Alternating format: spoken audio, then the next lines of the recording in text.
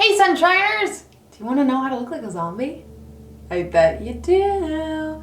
My awesome pal, Elizabeth, from Bigfoot and also Zombie Ridge, does the makeup. She's going to teach you how to do this. Don't I look wicked sweet? Look at that head wound. What? Hey sunshiners! So, you know my friend Elizabeth here? You know, when she's not hunting Bigfoot, she does all the makeup for Zombie Ridge. So, today, she is going to make me into a zombie. Just for Halloween. Are you guys excited? So now you will know how to do your own zombie makeup on, you know, like your friends or even your enemies. Enemies like it. Don't do it on your enemies. You'll make friends. So the first thing that you want to do for the zombie makeup is decide where you want to put some sort of laceration, scar, any sort of thing that looks like the zombie got messed up. Think about how they got messed up and execute that. So for Paige, I'm thinking she probably took a blow to the head. Like that would be the most logical thing to do, you know, just a little whacker one. Yeah, make it like a baseball bat. Yeah, can you do that? I like that. We'll start with that. So this is Paige. She's going to be a zombie looking like she got whacked with a baseball bat. Woohoo! It's a good place to start. Do it. For me, I like to have them start with a clean face so you make sure it adheres. And then we're just going to start right up here. This is Elmer's glue. Usually when I do makeup for Zombie Ridge, I use a product called liquid latex. Elmer's glue is essentially the same thing. It's just a sticky way to build up wounds. And Elmer's glue is much cheaper. And it'll do for like one night events. Yeah, if you're going to be a zombie for the rest of your life, maybe you should invest in the good stuff. Yeah. So for this, just lay down a nice foundation. That's just one smooth layer over the whole part that I'm going to work on. Then you let that dry for a second, let it get tacky. What I'm going to use to build today is toilet paper. They have 2-ply here. I prefer 1-ply, so I peeled it apart. Usually I tear it into strips because you want the edges to be not uniform. You don't want it to look like you just stuck a square of toilet paper on their face, so kind of put a little bit of effort in. And you just let it get to a point where it's still got a little bit of tack to it, but it's not completely dry.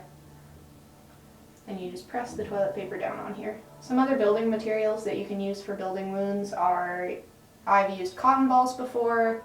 Those make really good thick wounds like scars. You just line them up, pull them out, and then do another layer over them. Looks really good.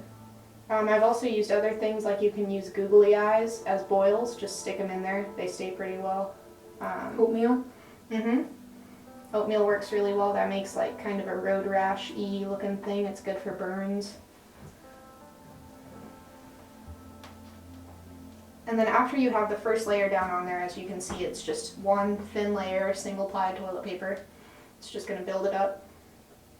And we're going to put another layer of our Elmer's glue on there. It's really important to open the bottle before you try to do anything. Step 1, open the bottle. Step 2, open the bottle correctly. And for this part, I applied the first with just the Elmer's glue, but I like to come back through with a Q-tip and kind of lay it down. Gives you a little bit more control over what you're doing with it.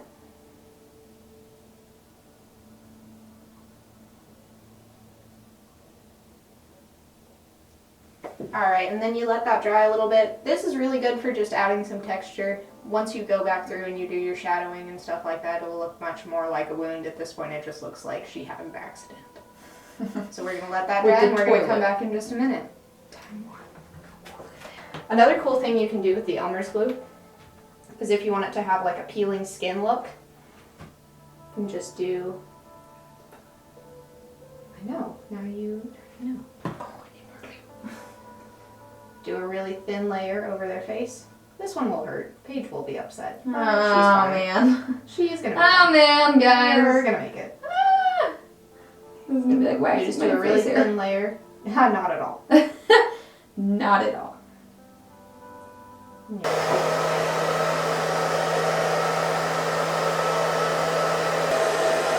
Imagine you are running down a beach. The wind is blowing in your hair. And your hair. Imagine, give me sexy, give me radiant, give me beach goddess. Make me love you, Now make me hit you. Now make me hit you. So with this isn't the best example, but if you want it to look like peeling skin, let's move in a little bit closer. If you want it to look like peeling skin, do a thin layer of Elmer's glue, and as you can see, there is some down here. Well, I guess you can't see because it's dried, but that was my point. Okay, I see it. It's clear down here, so as you peel it up, I got a little corner over here. It just looks like her skin is coming off. It feels like my skin is coming off. Ah! See, guys? It hurts. But it looks real nice. See? Look at that. Oh, sick. Ah! Peeling my face off. It's a good look for you. Mm-hmm. Do you feel like a new woman? Oh, yes, because you're taking all my hair off. You don't need it. It's not important. This might bring me a little bit of joy. I'm sure it does. Alright, so we've got this over here pretty much dry at this point. I can stick my whole finger on it and it doesn't pick up at all. So it's a good place to start. That means this is ready to go. For the zombie, you want to start with your foundation, as you did with the cat. For that, I like to start with a lot of white and just a tiny bit of green. We're going for classic zombie. So this is the mixing ratio that I'm using. Just a little bit of green, not a lot. Doesn't take very much. Teeny bit. No. Be nice to your products. Don't use all of them. Or do. I mean, it was $2. It was $2. It's really a personal preference thing. Mix it up, get a nice sallow color.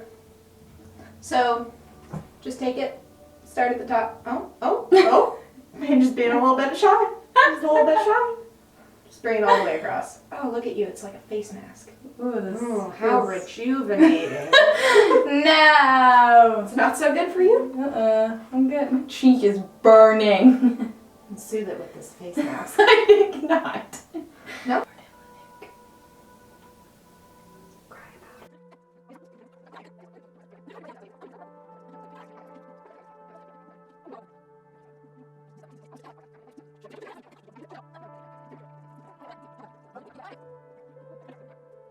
So now that you have this whole base on here, it is a little bit splotchy. Don't be afraid, that's just cream makeup. Yay! It will get better. So now I'm just mixing up a little bit of contrasting color. I'm going for a dark gray. It's turning out pretty dark, almost darker than I wanted, but I'm gonna work with it. Work it, girl. Do your thing. Oh man, I'll just. For the contrasting, you want to work with your model's actual face, as opposed to their fake face. I don't know where I was going with that. Follow along their cheekbones. I kind of like to just start with lines and then work my way there. She I know just this stabbed it looks it looks super right now, but it's gonna look a lot better. I promise, guys. And then you just kind of go here on the nose, and I like to do a little bit right here. It makes them look more sunken in usually. Looking dead, guys. It's all about working with what the person you're doing makeup on already has. Don't give them a really pronounced nose if they have a really tiny nose. Like, just leave their nose alone. Find something else. If they have pronounced cheekbones, work with those. Work with what you got. Girl. And pat the other corners out so it doesn't look awkward or anything like that. With these, be sure to leave the bridge of the nose untouched. That will make it look much more hollow and sunken in. Just do it on the sides. Bring it down to the tip.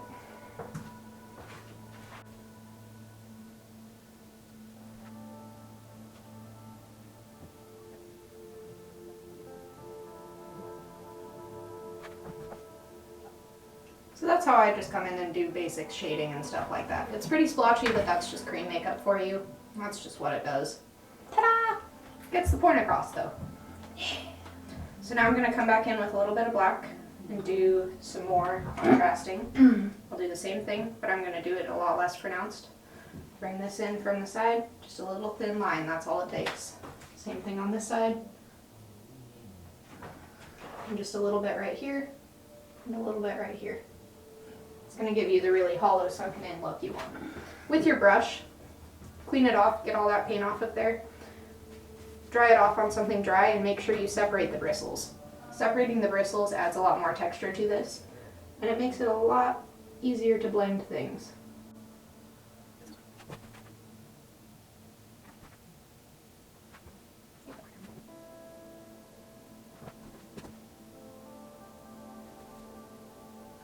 you're working with cream makeup on occasion, you'll get way more than you anticipated getting.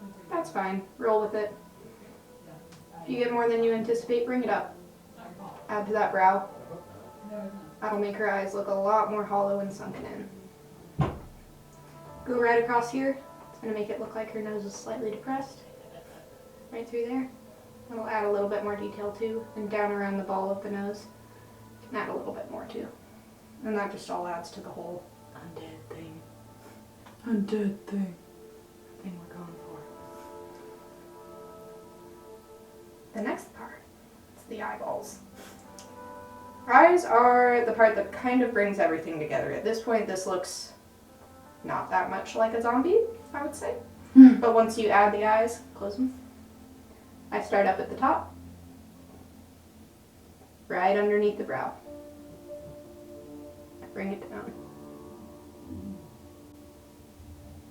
Bring right underneath their eyes. You want to pull those lines down so it looks more natural.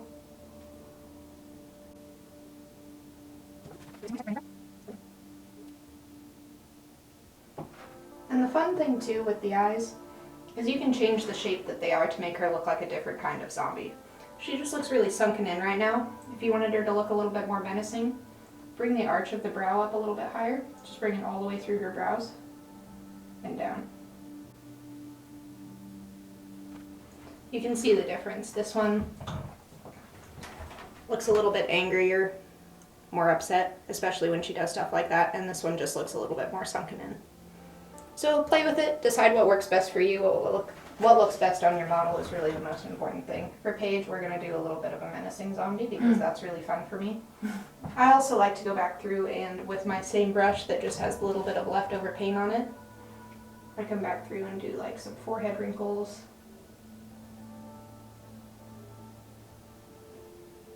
Another line here, another one there. Shade that in. Right down here. Anything you can do to make them look more sunken in and dead, pretty much. We're going to work on the wound a little bit more now.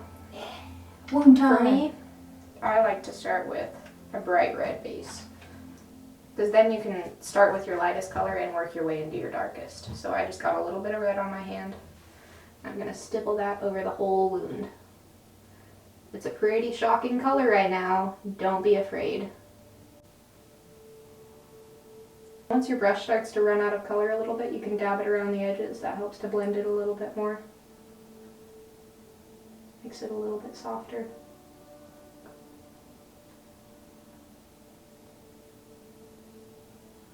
You can have some white pieces in there. It's really a personal preference thing. I prefer to have as few as I possibly can. If I do have white pieces in there, I usually go through later and make them darker. Now your second color, mostly red, a little, very tiny amount of black. I didn't even squeeze the thing, I just wiped what was on top of there on my hand. That is all you will need, because it makes a pretty dark red. As you can see, maybe, kind of. Makes it dark red. Mm-hmm. Then, once you have that, look through there. See which parts are already naturally darker and fill them.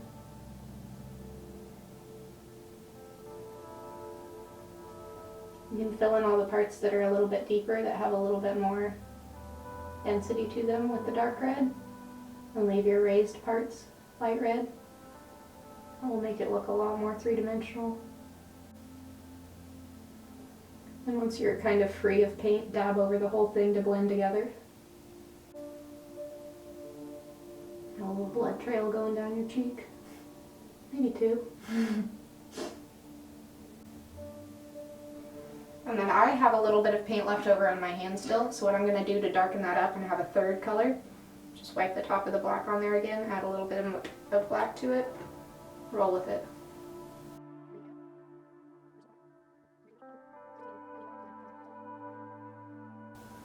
Now, if you want to get a little bit closer to the camera page, we have a kind of burnt, nasty looking thing that when you add blood to it will only get better. Looking good.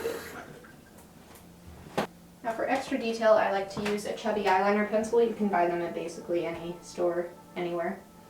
And I like to go over the top of the eyes, just along the top lash line. Doesn't need to be pretty, smudge it.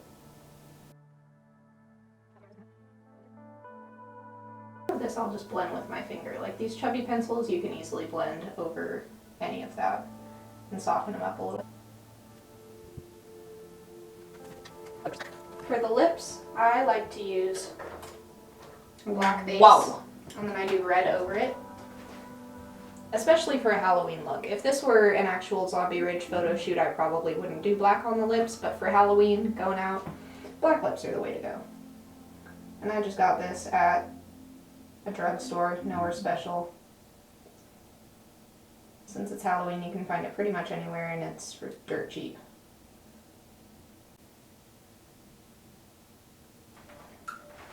Oh, so now it's much less scary zombie and much more, I'm going to a party zombie. I'm going to a party. Now we'll add in the final element, which is the Hershey's syrup. Just kidding, it's blood. It is Hershey syrup base though. That's the best base I have found because it gives it a little bit more thickness, which is something that I've come to find. Plus it tastes awesome. That's the biggest thing when you're doing zombie makeup is you want it to taste good. So I just put a little bit on a Q-tip. This is literally just chocolate syrup and red food coloring. Nothing fancy. And I dab it on there. The worst thing you can do for a zombie makeup is blood overkill.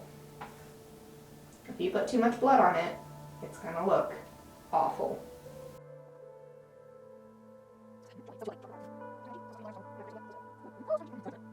And then I like to do, for funsies, a little bit of around the mouth, because you know, brains are not clean. It's a messy food. Messy food group. Mm-hmm.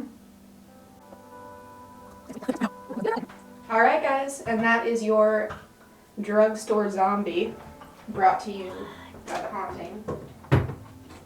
Look how good I Sunshine look. Look at that head. You a fly zombie, girl. I look good. You look real.